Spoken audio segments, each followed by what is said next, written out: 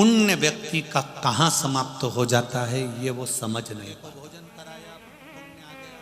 भूखे को भोजन कराया, पुण्य आ गया। पानी पिलाया, पुण्य आ गया। भगवत नाम जपा, पुण्य आ गया। किसी का साथ दे दिया, पुण्य आ गया। पर वो पुण्य समाप्त कब हो जाता है ये हमको ज्ञात नहीं हो पाता।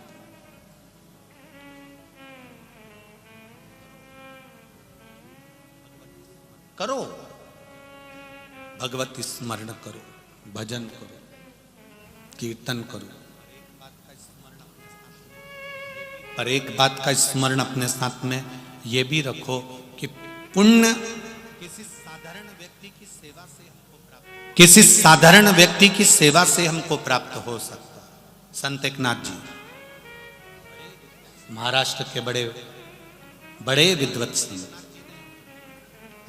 एक बार संत एकनाथ जी ने अपने साथियों से कहा, शिष्यों से कहा, साथ वालों से कहा, मेरा मन कर रहा है कि प्रयागराज चलें, त्रिवेणी संगम में जाकर स्नान करें, त्रिवेणी संगम का जल लेकर, कावड़ लेकर रामेश्वरम में जाकर भगवान शंकर को चढ़ाएं। तो किसी ने पूछ लिया, गुरुदेव त्रिवेणी का जल ले जाकर हम रामेश्वर में चढ़ाएंगे, उससे क्या होगा?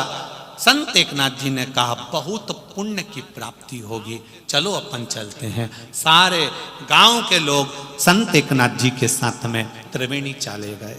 त्रिवेणी में सबने स्नान किया, गंगा यमुना सरस्वती का स्नान कर कर, त्रिवेणी संगम का स्नान कर कर संत एकनाथ जी के साथ सबने कांवड़ बल्ली,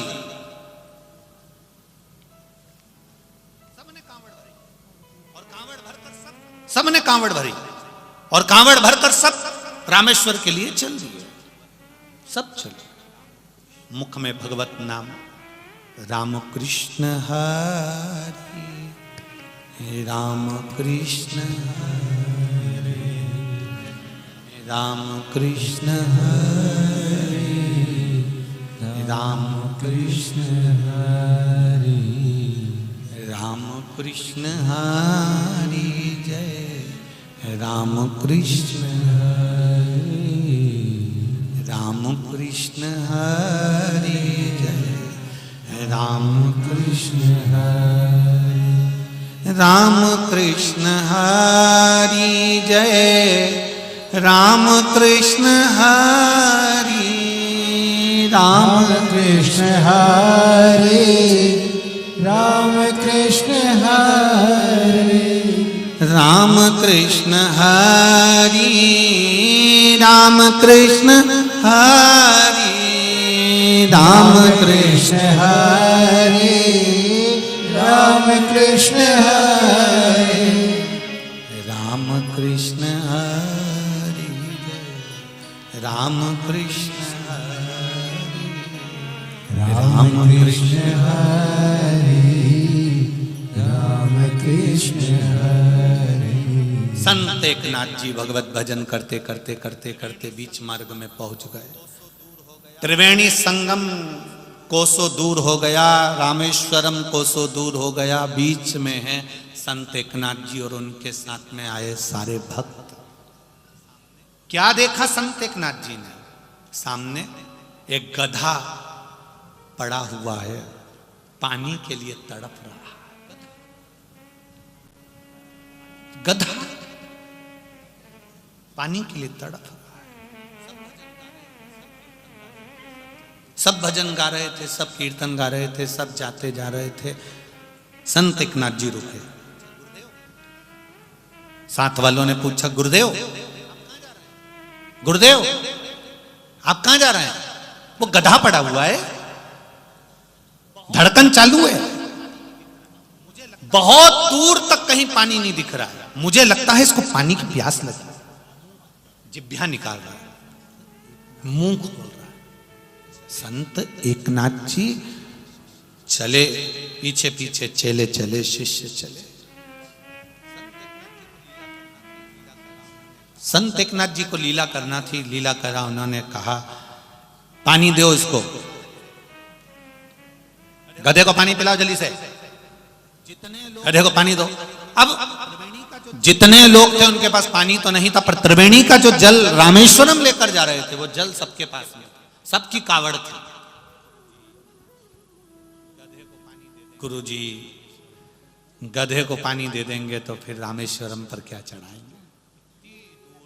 पुण्य हमारा इतनी दूर पानी भर कर ला रहे हैं और पुण्य हमारा चले जाएगा गुरुजी, पुण्य हमारा समाप्त हो जाएगा।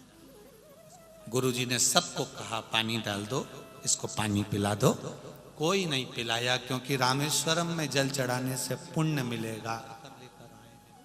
इतनी दूर से हम भर कर लेकर आए हैं, अगर यहीं पर पानी पिला देंगे गधे को तो हमारा पुण्य कहाँ जाएगा? संत एकनाथ जी ने अपनी कांवड़ को रखा, कांवड़ में से जल निकाला, संत एकनाथ जी ने गधे को पिला दिया। गधा ने पानी पिया, उठकर भाग गया। गधा भाग पानी पीकर गया।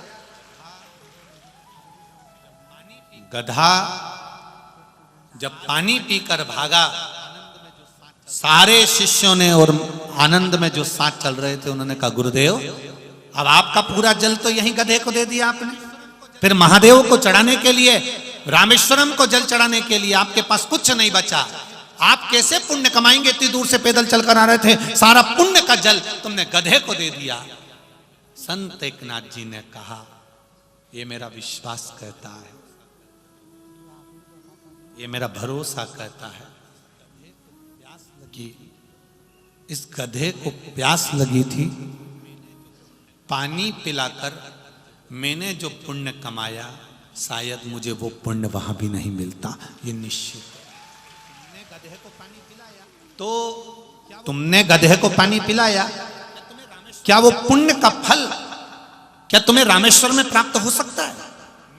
संत एकनाथ जी ने कहा मैं तुम्हारे साथ रामेश्वर के लिए निकला हूं, चलूंगा, मेरे पास कांवड़ नहीं, जल नहीं, पर यह मेरा विश्वास करता है कि वो जल का पात्र भी मुझे वहां मिलेगा।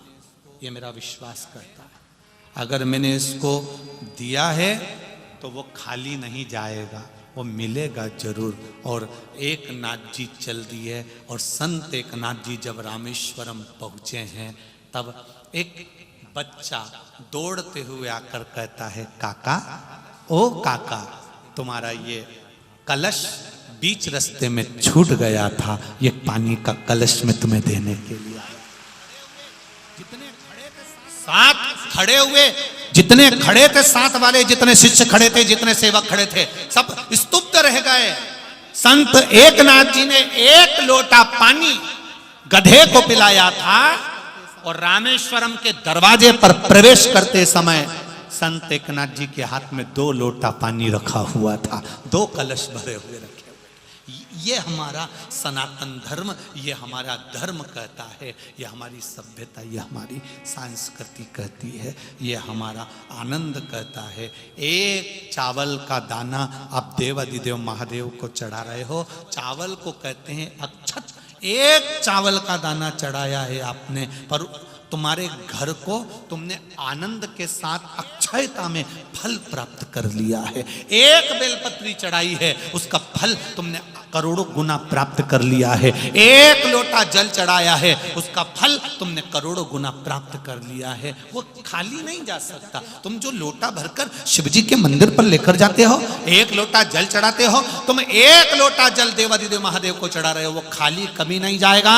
तुम्हारा लोटा भले मंदिर से खाली आ गया, पर घर कभी खाली नहीं रहेगा, ये निश्चित रखिए, घर कभी खाली नहीं रहेगा।